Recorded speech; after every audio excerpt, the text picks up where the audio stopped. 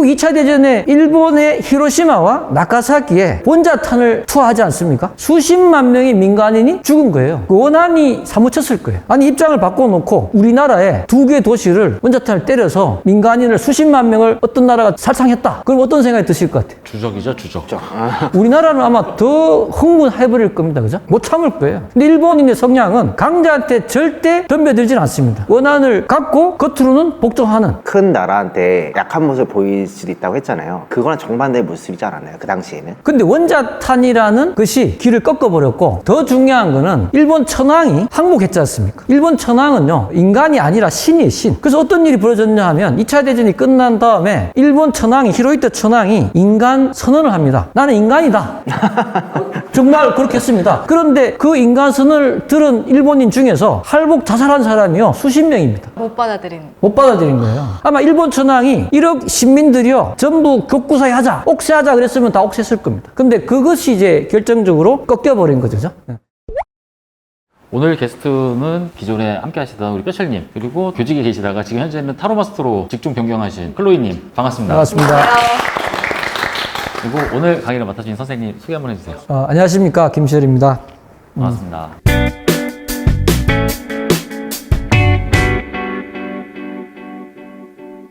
오늘은 남북관계의 시작, 38도선의 성립과 한국전쟁이라는 주제로 설명을 드리도록 하겠습니다. 남북관계의 시작은 38도선의 성립부터라고 볼 수 있는데 2차 대전 진행 과정에서 실마리를 찾아볼 수 있을 것 같습니다. 자, 2차 대전이 처음 시작되고 약 3년간은 미국이 참전하지 않았습니다. 미국은 중립법이 시행되고 있었거든요. 하지만 미국 대통령 루즈벨트는 영국과 소련, 중국 등 독일, 일본 세력과 싸우는 쪽에 무기와 군수물자를 대주고 있었습니다. 영국의 처칠 수상은 미국의 참전을 간절히 바랐는데요. 그동안 이것을 거절했던 루즈벨트가 드디어 처칠의 이런 요구를 받아들이는 역사적인 이 사건이 진행됩니다. 1941년 8월 드디어 루즈벨트와 처칠이 회담을 갖게 된 겁니다. 이것은 루즈벨트가 처칠에게 대서양 헌장의 내용을 요구했고, 여기에 처칠이 동의를 했습니다. 즉 미국은 원칙적으로 유럽에서 벌어지는 독일과의 전쟁에 참전하기로 한 겁니다. 바로 이 대서양 헌장이 나중에 유엔 헌장이 됩니다. 여기서 네 가지가 합의됐습니다. 첫째, 모든 민족의 정부 형태에 대해서 각 민족은 자신들이 선택할 권리가 있다. 이것을 민족 자결권이라고 하기도 합니다. 자, 이것은 어떤 의미냐 하면 영국이나 프랑스, 네덜란드 같은 유럽 국가들이 수백 년 동안 수많은 식민지들을 지배하지 않았습니까? 그런데 이런 식민지에 대해서 모두 다 해방을 시키라는 뜻이었습니다. 당연히 처칠 같은 영국 수상 입장으로서는 대영 제국을 구성하는 그 수많은 식민지들을 포기하기가 쉽지 않았겠죠. 하지만 독일군의 강력한 군사력을 감당할 수 없었던 영국으로서는 울며 겨자 먹기로 미국의 이러한 요구를 받아들일 수밖에 없었던 것 같습니다. 근데 미국도 식민지가 있었잖아요. 괌이라던가. 괌은 1898년에 미국 스페인 전쟁을 해서 승리를 했거든요. 그럴 경우에 전쟁이 끝나면 그 영토를 할양받게 됩니다. 그래서 괌하고 필리핀을 스페인으로부터 할양받은 겁니다. 그래서 식민지로 되죠, 필리핀은. 근데 괌은 이제 지금 미국의 영토가 되는 거고요. 그러면 미국은 그 민족 자결권 그거를 주장할 때 그럼 자기도 필리핀을 포기하겠다라고 한 거예요? 그렇진 않고요. 그때만 하더라도 식민지라는 개념보다는 아예 아마 병합을 하는 개념으로 미국은 계속 확장해갔기 때문에 타겟은 이제 영국 대영 제국이나 프랑스 같은 수많은 대륙에 수많은 식민지가 있지 않습니까? 그런 부분을 이제 타겟으로 노린 거죠. 자, 대한민국을 포함하는 백수십 개의 식민지들이 2차 대전 후에 이것 때문에 독립을 하게 되는 겁니다. 자, 그러면 도대체 왜 미국은 이런 요구를 했을까요? 미국의 세계 패권적인 지위를 차지하기 위해서였다고 생각합니다. 기존의 패권 국가였던 엄청난 식민지를 소유했던 영국이나 프랑스 같은 유럽 나라들에 대해서 그들의 식민지를 모두 해방시켜 버린다면 유럽의 힘은 급격히 떨어질 수밖에 없거든요. 두 번째 요구사항은 2차 대전 이후에도 관계 주민의 의사와 어긋나는 영토 획득을 인정하지 않겠다는 겁니다. 이것은 미래의 침략 전쟁을 통해서 무력을 사용해서 새로운 식민지를 만드는 것을 허용하지 않겠다 하는 그런 내용이 되겠습니다. 최근 러시아의 푸틴이 우크라이나를 무력으로 공격해서 영토를 확장하려고 하지 않았습니까? 현재 전 세계 모든 나라가 바로 이런 푸틴의 전쟁 시도를 비난하는 것이 대서양 헌장의 전쟁을 통한 영토 획득 금지 규정 때문입니다. 자, 첫 번째 조항에 민족 자결권을 인정함으로써 과거의 식민지를 해방시켰다면, 두 번째 조항은 미래에서도 식민지는 절대로 허용하지 않겠다는 강력한 미국의 의지라고 보시면 되겠습니다. 세 번째 내용도 중요한데요. 이것은 공포와 결핍으로부터의 해방입니다. 1차 대전이나 2차 대전 발생 배경을 보면 모두 식민지 쟁탈과 관련된 경제적인 문제 때문에 일어난 전쟁이라고 볼 수 있거든요. 이전에는 모든 국가들이 보호무역을 추진했습니다. 관세를 엄청나게 부과했거든요. 따라서 무역을 통해서 돈을 많이 벌려면 반드시 식민지를 상대로 해서 싸게 원자재를 수입하거나 비싼 자국 제품을 식민지에 판매하는 방식이어야 했습니다. 자, 이런 상황에서 식민지를 갖지 못한 후발주자들은 경제적인 결핍을 해소하려면 새로운 식민지를 찾아야겠다고 생각한 겁니다. 자, 미국은 이 문제를 근본적으로 해결하기 위해서 놀라운 일을 추진하게 됩니다. 1944년 2차 대전이 끝나갈 무렵에 전승국가 44개국을 미국이 브레튼 우즈로 모아 회의를 합니다. 여기에서 미국은 미국 시장을 아무런 조건 없이 개방하겠다라는 선언을 한 거죠. 그 당시 미국 시장은 전 세계 GDP의 절반 가까이 되는 엄청난 시장이었습니다. 대신 상대국들의 경우 경쟁력이 부족하다고 판단될 때에는 자신들의 시장은 개방하지 않아도 된다라고 했습니다. 독일이나 일본 같은 전범국들은 이런 미국의 시장 개방에 적극 편승해서 수출을 하게 되니까 얼마 지나지 않아 선진국에 진입했습니다. 대한민국도 마찬가지죠. 이런 세계적인 자유무역을 보장하기 위해서 미국의 해군이 전 세계 무역 수송로를 지켜주기로 했습니다. 이것이 우리가 현재 살아가고 있는 자유무역 체제라는 겁니다. 그리고 물건을 판 대가로 달러를 받지 않겠습니까? 근데 35달러를 미국에 주면 미국은 금 1온수를 주기로 했습니다. 이것이 소위 브레튼 우즈 체제라는 겁니다. 마지막으로 광범위하고 영구적인 안전보장 체계를 확립하자라는 내용이 들어가 있습니다. 세계적인 평화를 유지하려면 세계 정부 같은 조직이 필요하다고 본 겁니다. 그래서 오늘날의 유엔 안보리가 그런 역할을 하게 된 것이죠. 대서양 헌장은 미국 대통령 프랭클린 루즈벨트가 생각해낸 세계 평화와 번영을 위한 아주 획기적인 그런 내용이었는데, 이것이 가능하려면 영국 같은 나라들의 굉장한 양보가 필요했던 겁니다. 루즈벨트가 2차 대전 발발 3년 동안 미군을 참전시키지 않았던 이유 중에 하나가 바로 영국의 이런 양보를 끌어내기 위한 고도의 정치적 접근이라고 생각합니다. 자, 두 번째 중요한 정치적 이벤트가 벌어지는데요. 1945년 2월 얄타 회담을 하게 됩니다. 연합국의 3명의 지도자 루즈벨트, 처칠, 스탈린이 모이거든요. 당시 전황은 유럽에서는 독일이 패망 직전까지 가는, 거의 다 끝나가는 상황이었고, 반면에 아시아에서는 태평양에서 일본 해군과 미 해군과의 전쟁이 한창 치열하게 벌어졌고 미군이 거의 승리를 목전에 둔 상황이었습니다. 이제 남은 과제는 아시아에 있는 일본의 육군 문제를 해결하는 거였습니다. 소위 관동군이라고 하죠. 만주와 중국 한반도에 포진되어 있는 일본 관동군에 대해 미국 육군이 도저히 감당하기 어렵다고 루즈벨트는 판단한 겁니다. 루즈벨트는 스탈린에게 소련이 일본 육군을 처리해 주기를 제안합니다. 원칙적으로 스탈린도 동의했습니다. 소련이 동유럽에서 점령한 지역들은 하나의 예외도 없이 모두 소련의 공산 위성국가가 되지 않았습니까? 자, 그런 측면에서 봤을 때 만약에 만주 한반도에 소련이 진출해서 일본 관동군을 제압을 하고 그 지역을 점령한다면 동유럽과 마찬가지로 소련의 통제를 받는 공산 위성국가가 될 가능성이 거의 확실했습니다. 한반도 역시 마찬가지였을 겁니다. 그러나 실제 벌어진 상황은 이때의 판단과는 상당히 달랐습니다. 스탈린은 일본에 대한 선전포고를 끌다가 결국 미국이 히로시마에 45년 8월 6일 원자폭탄을 투하하고 8월 9일 나가사키에 또 투하합니다. 그런데 스탈린은 나가사키에 원자탄을 투하하기 하루 전인 8월 8일 대일 선전포고를 하게 됩니다. 스탈린 입장에서는 의표를 찔렸다고 생각했을 겁니다. 최대한 대일 선전포고를 늦게 하는 것이 소련에 유리하다고 생각하다가 원자탄이라는 변수가 발생하니까 일본이 미국에 단독으로 항복할 수 있겠다고 생각한 것이죠. 8월 15일 히로히토 일본 천황이 미국에게 무조건 항복을 선언했습니다. 일본도 만일 항복을 미루게 된다면 그 사이에 소련의 개입이 불가피하게 되고, 그럴 경우에는 독일처럼 일본의 미소 분할이 될 것임을 예상했을 겁니다. 일본은 국토 분단을 당하느니 미국에 무조건 항복을 하는 것이 훨씬 더 나은 선택이라고 생각한 거죠. 이런 상황에서 소련군은 미군보다 한 달 빨리 한반도에 진출하게 되거든요. 그런데 미국이 소련에게 38도선을 제시하면서 38도선 북쪽을 소련군이 일본군 무장 해제를 하고 그 남쪽은 미군이 일본군을 무장 해제하는 게 어떠냐라고 제시를 하게 됩니다. 스탈린이 이것을 받아들인 이유는 향후에 대일 참전을 진행했을 때 일본에서도 미국과 함께 분할을 기대했던 것 같습니다. 자, 그리고 나서 미군이 한 달 뒤 9월에 남한에 상륙을 함으로써 점차 남한 일대에 주둔하게 됩니다. 미국은 한반도 남쪽을 스탈린의 배려로 차지했음에도 불구하고 일본은 미군 단독으로 점령함으로써 소련의 개입을 차단해버립니다. 원래 미국의 루즈벨트는 한반도를 포함한 동부가 일본 관동군에 대한 처리를 100% 소련에게 맡겼고, 이것은 한반도를 포함한 동부가 전체에 대한 소련의 영향력을 인정한 것이라고 봐야 됩니다. 그런데 원자탄이라는 변수가 발생해서 일본 본토의 항복이 빨라지다 보니까 미국의 한반도에 대한 입장 변화가 발생했고, 그 절반이라도 미국이 차지해야 됐다는 판단에서 38도선의 제한을 소련에게 한 것입니다. 자, 이런 관점에서 보면 38도선에 의한 남북 분단이 문제라고 생각하는 것은 잘못된 관점으로 볼 수 있고, 원자탄의 개발 성공이라는 변수에 의해 한반도 전체가 적화될 수 있는 상황에서 남쪽만이라도 적화되지 않았을 수 있었던 아주 운이 좋았던 상황이라고 볼 수 있겠네요. 그죠? 소련군은 북한을 인민위원회라는 것을 통해서 간접 통치하는 방식을 택했지만 미국은 미 군정이 직접 통치하는 방식을 채택하게 됩니다. 1945년 12월에는 모스크바 3상 회의가 벌어지는데 세 가지 사항에 대해서 동의가 진행됩니다. 1항은 한국의 임시정부를 조속히 수립한다라는 거고, 2항은 1항의 실현을 위해서 미소 공동위를 개최한다라는 겁니다. 3항은 미국, 영국, 중국, 소련 4개국과 한국인이 포함돼 구성되는 임시정부를 수립한다는 겁니다. 임시정부를 통한 신탁 통치 방안을 결정한 게 모스크바 3상 회의 결론이었습니다. 자, 신탁 통치는 최대 기한을 5년으로 결정했습니다. 자, 소련 입장에서는 남북한 지역 모두 좌익이 우세했다고 판단했기 때문에 동의한 것 같습니다. 미국도 신탁 통치를 이 네 나라가 하게 되고, 네 나라 중에서 미국 포함하면 세 나라가 친미 성향이었기 때문에 신탁 통치 체제를 선호했습니다. 국내에서는 언론에서 소련이 신탁을 제안했다라고 보도를 하기 시작하거든요. 가짜 뉴스라고 할 수 있습니다. 그러니까 한민당 등의 우익 세력들은 반탁 운동을 하게 되고, 이것을 반소, 반공 운동에 활용한 측면이 강합니다. 신탁 통치에 대해서 우익은 반탁이 되는 것이고, 좌익은 신탁을 찬성하는 그런 쪽으로 나누어지면서 생사를 건 정치 투쟁이 벌어졌다, 이렇게 볼 수 있습니다. 북한은 반탁 세력을 탄압하게 되고, 반탁 세력이었던 우익 진영이 대거 월남을 하게 됩니다. 남한 같은 경우는 이승만과 김구 등의 민족 지도자들이 반탁을 주도하죠. 자, 이렇게 되니까 미 군정은 한국의 신탁 통치 실현 가능성이 희박하다고 판단할 수밖에 없게 된 겁니다. 자, 한국인 대부분이 이 신탁 통치를 반대했거든요. 미국은 반탁 세력을 후원함으로써 우익 지도자들을 포섭하게 됩니다. 그런데 4개국 중 중국은 이때 한창 국공 내전이 치열했기 때문에 대외 문제에 신경 쓸 여유가 없었고, 영국도 자국 식민지 처리 문제에 골몰하다 보니까 중국, 영국이 빠진 미소 공동위가 1946년 3월 서울에서 개최되게 됩니다. 쟁점은 반탁을 주장했던 단체들을 임시정부에 참여시키느냐 하는 것이었습니다. 당연히 소련 측은 반탁 단체 참여를 하면 안 된다는 입장이었고, 미국 측은 반탁 단체가 다 우익 세력이다 보니까 우익 세력을 참여시켜야 한다는 입장이었던 겁니다. 협상이 이루어지지 않았고 1946년 5월 미소 공동위가 휴회가 되고요. 자, 이러니까 우익 세력들은 이때부터 강력하게 독립을 주장하게 됩니다. 그러면서 반소, 반공 시위를 맹렬하게 진행하게 되는 거죠. 그런데 이승만은 46년 6월 전북 정읍에서 연설을 하게 되는데 남한 단독 정부 수립을 최초로 주장합니다. 이승만은 미국에서 정치학 박사학위를 받았기 때문에 미국 정계에서의 움직임을 파악한 것 같습니다. 당시 미국 정가에서는 소련을 봉쇄하는 미소 냉전 전략이 물밑에서 진행되는 상황이었습니다. 그런데 당시 미 군정은 이승만의 남한 단독 정부 수립에 대해서는 수용 불가 입장이었습니다. 그런데 1년 뒤 47년 그리스 문제가 발생하면서 미국은 드디어 냉전을 시작하게 되었죠. 자, 미국은 1947년 3월 12일에 터키와 그리스를 실질적으로 보호하겠다는 선언을 하게 되는데, 이것이 트루만 독트린입니다. 그리스 등에 대한 4억 달러의 원조를 승인하는 국회 연설에서 미국 트루만 대통령이 공산주의 세력으로부터 전 세계를 지키겠다는 그런 선언을 한 것이죠. 1949년 3월 17일에는 페르시아에 대해서도 동일한 선언을 하게 됩니다. 1949년 미국은 최초로 나토 조약을 통해서 동맹관계를 수립하는 일에 착수합니다. 이걸 통해서 유럽은 세력 균형을 달성하게 된 것이죠. 미국은 핵능력을 이용해서 소련에 대한 전 세계적인 봉쇄로 전환합니다. 유럽은 미국으로부터 핵 우산을 제공받는 대신에 미국의 우월적 지위를 인정합니다. 자, 이제 국내로 돌아오면 1947년 10월 2차 미소 공동위가 결렬되어 버립니다. 미국은 그 이전에 트루만 독트린과 유럽 부흥을 목적으로 하는 마샬 플랜을 잇따라 발표했거든요. 자, 그러니까 이런 국제 정세의 변동에 의해 한반도 정책 추진도 영향을 심하게 받게 된 겁니다. 이렇게 되니 대통령이 소련과의 합의를 전제로 한국에 대한 신탁 통치라는 방향 자체가 그 필요성이 상실되어 버렸습니다. 미국은 따라서 1947년 11월 한국 문제를 유엔에 상정하거든요. 유엔 감시하에 한반도 총선거를 실시하고 유엔 한국위원단의 설치 결의안을 채택합니다. 이것은 결국 남한 단독 선거를 의미하게 됩니다. 왜냐하면 북한 지역에서는 유엔 한국위원단의 방문을 허락하지 않거든요. 사실상 소련이 한반도 북쪽에서 일방적 지배를 고집했다는 뜻입니다. 1948년 5월 10일 남한 전역에서 총선거가 실시되었고 1948년 남쪽은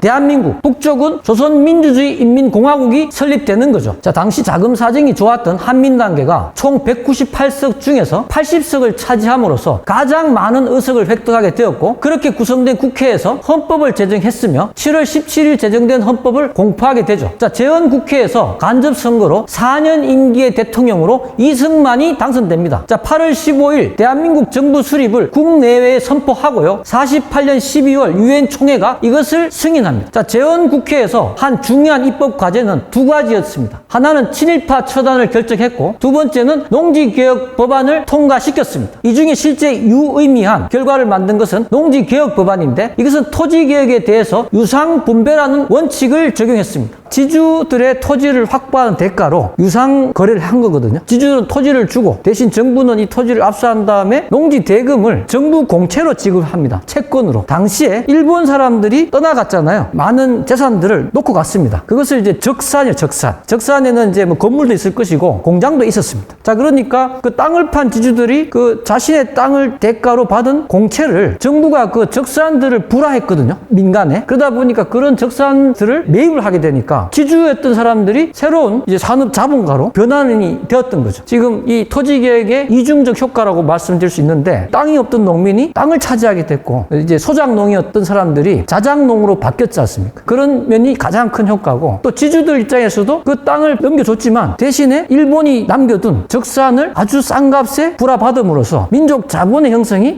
용이했다. 국제적인 상황, 특히 중국 상황을 한번 살펴보겠습니다. 1944년부터 국민당하고 공산당의 내전이 치열하게 진행됩니다. 자, 당시 국민당 정부는 국제적으로도 인정을 받았고 미국이 지원을 많이 했거든요. 그리고 중국이 대부분 부유한 지역을 다 국민당 세력이 장악했습니다. 그럼에도 불구하고 인민의 지지를 잃어버립니다. 왜냐하면 무기력하고 이기적이고 부패한 정당으로 전락해버렸거든요. 반면에 공산당은 중국 인민들, 특히 농민들을 인민군으로, 아군으로 만드는데 아주 뛰어난 능력을 보였습니다. 자, 앞에서 소련이 대일 선전포고를 그 45년 8월 8일 하지 않았습니까? 그랬으니까 그때 이제 일본 천황이 그 일주일 뒤에 8월 15일 날 무조건 항복을 했거든요. 자, 그러니까 만주에 일본 관동군들도 소련군한테 무조건 항복을 해버린 거예요. 일본군의 그 100만 명 이상 넘는 어마무시한 그 군사력의 핵심인 장비들을 다 소련군이 확보할 수 있었거든요. 이 소련군은 자기 무기가 있으니까 이 무기가 필요가 없잖아요. 그래서 이 무기들을 마오쩌둥이 지도하는 공산당 군대, 인민해방군에게 다 넘겨준 겁니다. 장제스의 국민당 군대는 원래 가지고 있던 걸로 싸우는데 자기 무기 플러스해서 일본군, 관동군의 어마무시한 무기들을 마오쩌둥이 쓸 수 있게 되니까 그때부터 국공내전의 향방이 공산당 군대로 절대적으로 유리하게 가버린 거예요. 그래서 이제 1949년에 중국 전체가 적화돼 버립니다. 자, 그런데 이것은 일본이 이런 결과를 결정했다. 만약에 일본군이 장제스 국민당 군대한테 항복할 수 있었잖아요. 그렇게 되면 장제스가 그 무기를 차지했을 것이고 그러면 장제스 국민당 군대가 최종 승리를 했을 겁니다. 자, 그런데 장제스 국민당 군대를 뒤를 배후를 지원하는 세력은 미국이었거든요. 미국 2차 대전의 최대의 승전국이면서 최대의 전리품으로 얻은 것이 중국이었어요. 미국 입장에서 보면. 그런데 일본은 그런 결과를 원치 않았던 것 같아요. 그래서 일본은 소련군한테 넘겨주고 소련군은 마오쩌둥의 공산당 군대에 무기를 넘겨줘서 중국 대륙 전체가 공산화되는 결과를 만들어버린 겁니다. 저는 제 사견인데 왜 이런 결정을 했을까? 일본의 히로시마와 나가사키에 원자탄을 투하하지 않습니까? 수십만 명의 민간인이 죽은 거예요. 그 원한이 사무쳤을 거예요. 아니, 입장을 바꿔놓고 우리나라에 두 개 도시를 원자탄을 때려서 민간인을 수십만 명을 어떤 나라가 살상했다. 그럼 어떤 생각이 드실 것 같아요? 주적이죠, 주적. 우리나라는 아마 더 흥분해버릴 겁니다. 그죠? 못 참을 거예요. 근데 일본인의 성향은 강자한테 절대 덤벼들진 않습니다. 원한을 갖고 겉으로는 복종하는 그런 게 이제 우리와 일본인의 저는 차이다. 큰 나라한테 약한 모습을 보일 수도 있다고 했잖아요. 그거랑 정반대의 모습이지 않았나요? 그 당시에는? 근데 원자탄이라는 것이 길을 꺾어버렸고, 더 중요한 거는 일본 천황이 항복했지 않습니까? 일본 천황은요, 인간이 아니라 신이에요, 신. 우리가 일본의 종교인 신도라고 아시죠? 신사 참배하지 않습니까? 그 신도가 일본 천황을 신으로 모시는 종교예요. 자, 일본의 신이 태양의 여신 아마테라스 오미카미, 천조 대신이라고 합니다. 일본 서기를 보면 천조 대신의 손자가 니니기라는 사람인데, 이 니니기가 일본 일대 천황의 조상이라는 거예요. 그러니까 태양의 여신의 후손이 천황 가문이고, 천황 만세 일기의 가문이 천황 가문이니까 천황은 인간이 아닌 거예요. 그래서 어떤 일이 벌어졌냐 하면 2차 대전이 끝난 다음에 일본 천황이, 히로히토 천황이 인간 선언을 합니다. 나는 인간이다.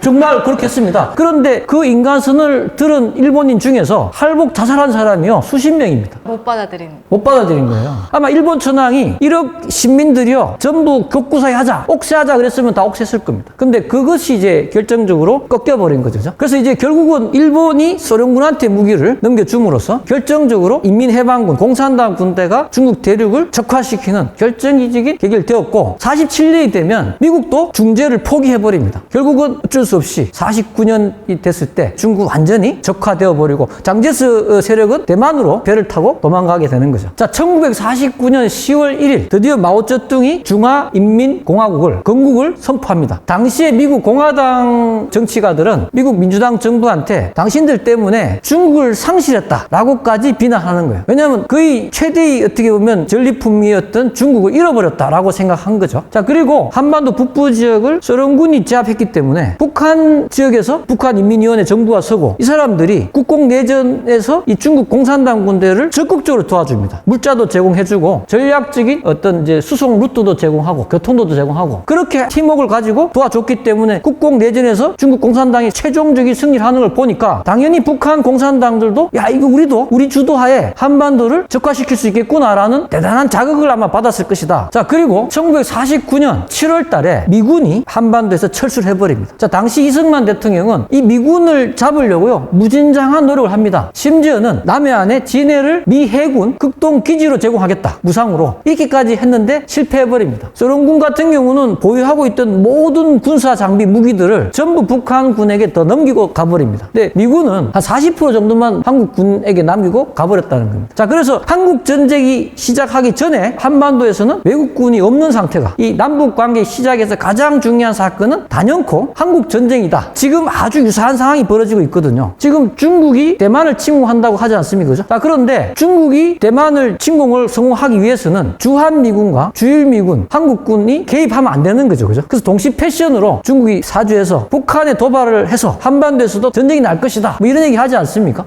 우리가 물론 이 미래를 전망하는 것은 정말 어렵습니다. 거의 예언에 가까워요. 왜냐하면 모든 당사자들이 생각이 다 다르거든요. 그래도 분석하고 전망하기 위해서는 과거에 일어났던, 같은 한반도에서 일어났던 한국 전쟁이 그 국제적인 전쟁이었기 때문에 그때 양상을 제대로만 분석한다면 앞으로 벌어질 사태에 대해서도 그 실마리는 우리가 파악할 수 있지 않겠느냐. 한국 전쟁에 대해서는 우리 여러분 포함한 대부분의 국민들은 내가 잘 알고 있다라고 생각하실 거예요. 자, 김일성이 1950년 6월 25일 기습 남침한 전쟁이다, 이거 당연히 팩트 맞습니다. 그런데 한국 전쟁이 발생한 정확한 원인이 무엇이냐 하는 부분에 대해서는 혹시 답변이 가능하실까요?